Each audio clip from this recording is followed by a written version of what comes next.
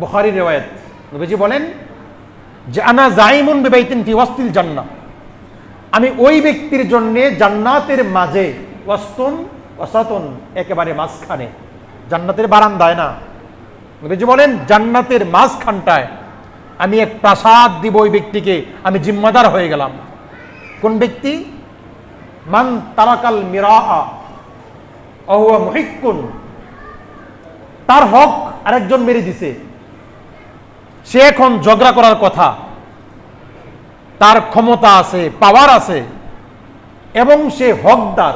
সে কি হকদার? মামলা করতে পারে, আদালতে যেতে পারে, সালিশ ডাকতে পারে, ঝগড়া ফাসাদও করতে পারে, তাকে মারতেও পারে, কিন্তু সে কিচ্ছু করলো না। কেন? এগুলো করলে আমার মুসলমান ভাইয়ের সঙ্গে আমার আদাওয়াতি হবে, শত্রুতা হবে, থাক ছেড়ে দিয়েছি, আল্লাহ তার হেদায়েত দান করুক।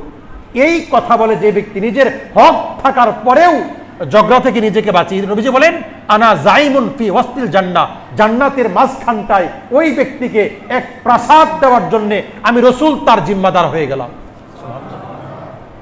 বুখারী শরীফ। উত্তম আচরণ কাকে বলে? সুন্দর ব্যবহার, উত্তম আচরণ যার মধ্যে থাকবে, একটু ত্যাগ যদি ব্যক্তি করতে পারে, একটু ছেড়ে দিতে পারে।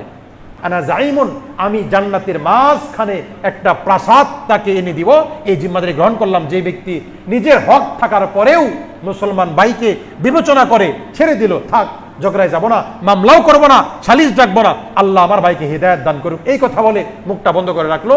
আল্লাহ রাসূল বলেন আমি তার জন্য জান্নাতের মাঝে প্রাসাদের জিম্মাদারি গ্রহণ করে নিলাম। আল্লাহ তাআলা আমাদের সকলকে এরকম হুসনে খুলুক গ্রহণ করার তৌফিক দান করুন, আমিন।